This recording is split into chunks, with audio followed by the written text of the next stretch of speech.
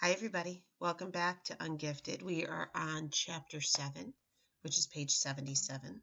And so far, they're really confused about why Donovan's there. They're not finding any special gifts. His only thing he's been able to do is Google pictures to put on this robot.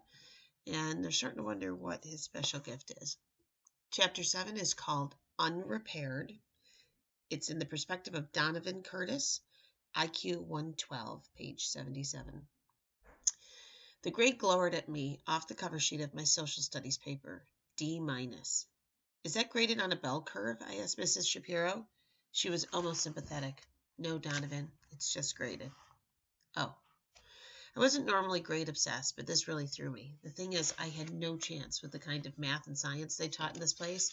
If I was going to have any prayer at all of hacking at the academy, I would have to rock subjects like English and social studies. That's why I was so shocked about the D minus. I'd worked really hard on this paper. Maybe I hadn't aced it by gifted standards, but I figured I'd get at least a B. I would have settled for a C. The teacher sighed. Is there anything you want to tell me? Is something wrong? Something was wrong, all right, when the biggest effort I put into a school project since kindergarten pulled a D minus. Yes, it was pretty fair to say that something was wrong. She interrupted my silence as an invitation to probe further. At home, perhaps? Well, it's just that I have ADD. That was pure blind inspiration. Sanderson had ADD, and occasionally he got a little extra slack because of it. Mrs. Shapiro's expression softened immediately. Why didn't you say so? I guess I was too distracted by other things. She looked a little suspicious, so I added, I really wanted to make it on my own. ADD doesn't sound very gifted. That's nonsense, she reassured me. You'd be astounded how often giftedness is accompanied by some sort of learning disability. She handed the paper back to me. Why don't you work on this for another week? I didn't like the sound of that. Well, and we'll see what we can do about raising your grade. Maybe there was more to this learning disability racket than met the eye. After all, ADD was just the beginning. With a little bit of effort, I could work up a case of obsessive-compulsive disorder that would knock your socks off. And what about dyslexia? That could be the ticket to ward off any D minuses that might be coming down the pike in English. So I put all into the social studies paper, and Mrs. Shapiro grudgingly upped me to a C. I fared no better in English class. Dyslexia or not, C minus was the best I could come up with, and that was a stretch.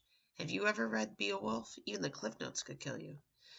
I expanded my list of disorders. Restless leg syndrome was a good one. It explained all my fidgeting, and my nonspecific bladder issues allowed me to spend as much time in the bathroom as outside of it. I had this reoccurring nightmare that all my teachers got together and compared notes on my various illnesses, weaknesses, and diseases. At the end of the dream, an ambulance pulls up to the academy to haul me off to intensive care. But when the attendant takes off his surgical mask, it's not a paramedic, it's Dr. Schultz. Then I'd wake up choking and spitting because Beatrice was sleeping on my face. Yes, the chow chow was still a fact of life. I should say a fact of my life, since she totally loved me. Props to Katie, she tried to help out, but every time she even got in the same room with her husband's dog, Beatrice growled her off. All the mutt wanted was me. She spent her nights in my bed and her days in my dresser drawer because my scent was on my sheets and clothing, which meant I spent my nights and days scratching at itchy dog hair. There wasn't a part of my body the chow chow hadn't napped on yet. I should open up for business as a parking lot. I'd make a fortune in dog biscuits. I would have put a stop to it, except I was beginning to think Brad's mother was right. Beatrice really was sick. Her energy level was absolute zero. And she ate nothing at all, which was amazing because her stomach seemed fatter than ever. Nussbaum's pet snake had more get up and go. When the cold-blooded animals are livelier than the warm-blooded ones, you know you've got a problem. Katie was freaking out. If anything happens to Beatrice, Brad is going to drive his M1 halfway across the world and run me over. Not a good idea, I told her. You're a pretty big speed bump. We don't want to owe the Marines a new tank.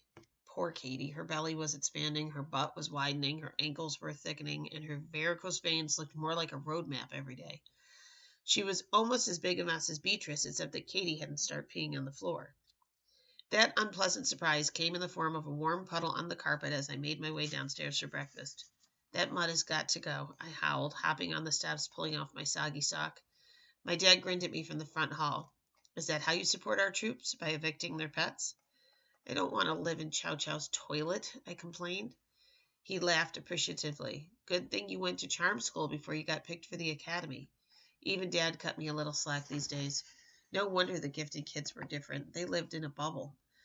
I'm going to pick up a carpet steamer on my way to work this morning. Change your socks. I'll give you a ride. Outside, my eyes were drawn to the new bumper sticker on Dad's car. Proud parent of an honor student at the Academy for Scholastic Distinction. I'm not an honor student, I managed, understatement of the year. I just go there. He was unperturbed. Everybody's an honor student at that place. It's just an honor to walk in the door. We're all proud of you, Donnie. Your mother and me and Katie. Right, I snorted. She sent him dumber than her bladder-challenged dog. Dad started at the car. She may not say it in so many words, but don't think she isn't feeling it. These are tough times for our family, what with Brad deployed and the baby coming, and now Beatrice, like we don't have enough stress in our life already.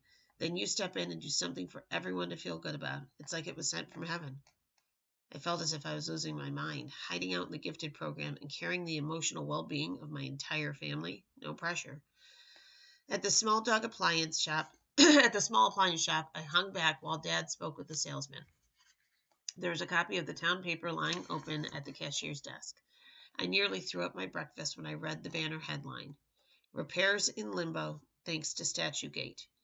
Physical education classes at Hardcastle Middle and high schools are being done outdoors despite the frigid winter temperatures.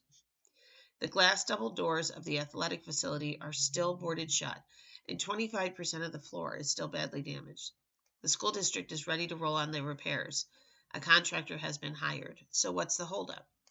The Parthenon Insurance Group is refusing to pay, arguing the damage was done by engineering negligence in the statue of Atlas, a portion of which rolled down the hill and smashed into the building. The offending object, Atlas's globe of the world and heavens, all 400 pounds of it, was affixed by a single bolt, which corroded over the years. This design flaw, Parthenon argues, is the responsibility of the statue's manufacturer. However, Classical Bronze Foundries, Inc. went bankrupt in 1998, leaving the school high and dry.